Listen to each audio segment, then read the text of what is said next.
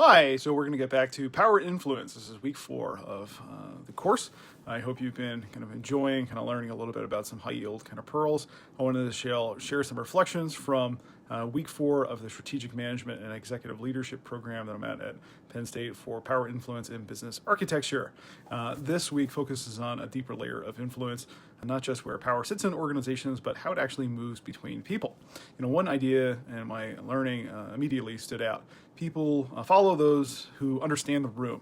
This is an important concept. Leadership often fails when people fail to focus too much on asserting their position rather than understanding context. Influence rarely comes from simply having the right authority or being in the right. It comes from reading motives, recognizing incentives, and understanding what other people in the room actually care about.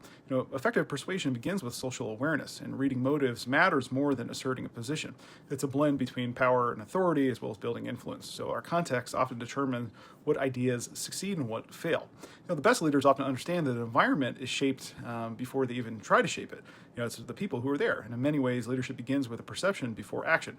Another important theme and worth discussing is the importance of networking and relationships. Networks amplify our skills, and they're necessary to maintain our influence that we're trying to build within our organizations. Relationships tend to extend our reach, and they often reduce resistance within organization and team buildings. So if we're trying to kind of build influence, it can collapse quickly when people sense that the intents that we have are self-serving. Organizations are highly sensitive to authority for that reason, even though that hierarchies are very natural. People may tolerate tactics for a short time of kind of power dynamics, but trust is often really sustained in the long term, really due to credibility. Our networks increase our access and they give us opportunity, but to be able to execute effectively, we do need everyone on the same page. Relationships often reduce friction when change is ultimately introduced, so we really need to spend time with the people on our teams and understand them when we're going to give them an ask, right? So authentic intent often strengthens our influence over time, so we really need to put in the effort to get everyone on the same page, but really kind of generally kind of care and understand people's motivations.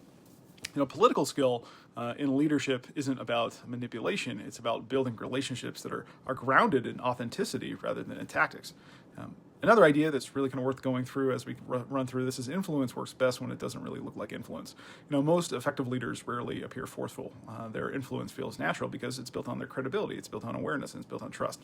And when influence becomes too visible or too aggressive or feels manipulative, resistance often is what happens. But when it's subtle or it's situational or it's based on credibility, effective power often just feels natural. It doesn't feel forced at all. So subtle influence builds credibility over time. And trust allows organizations to move effectively and accomplish their goals without having to constantly have authority. In many ways, the most durable influence is exercised, again, kind of quietly. And this isn't through pressure or necessarily the hierarchies themselves, but awareness and relationships and trust. That was the biggest takeaways for me, kind of learning from this week. So leadership isn't just about having the right idea. It's about understanding the people, the context, and the conditions that allow you to make a choice and to move forward. I'm going to continue sharing reflections from this program each week, focus on various kind of leadership principles that constantly show up in organizations. In the end, influence is not about position. It's about perception. It's about our relationships and trust. So thank you all for watching, and we're finished with this week 4 reflection from this program. Thanks.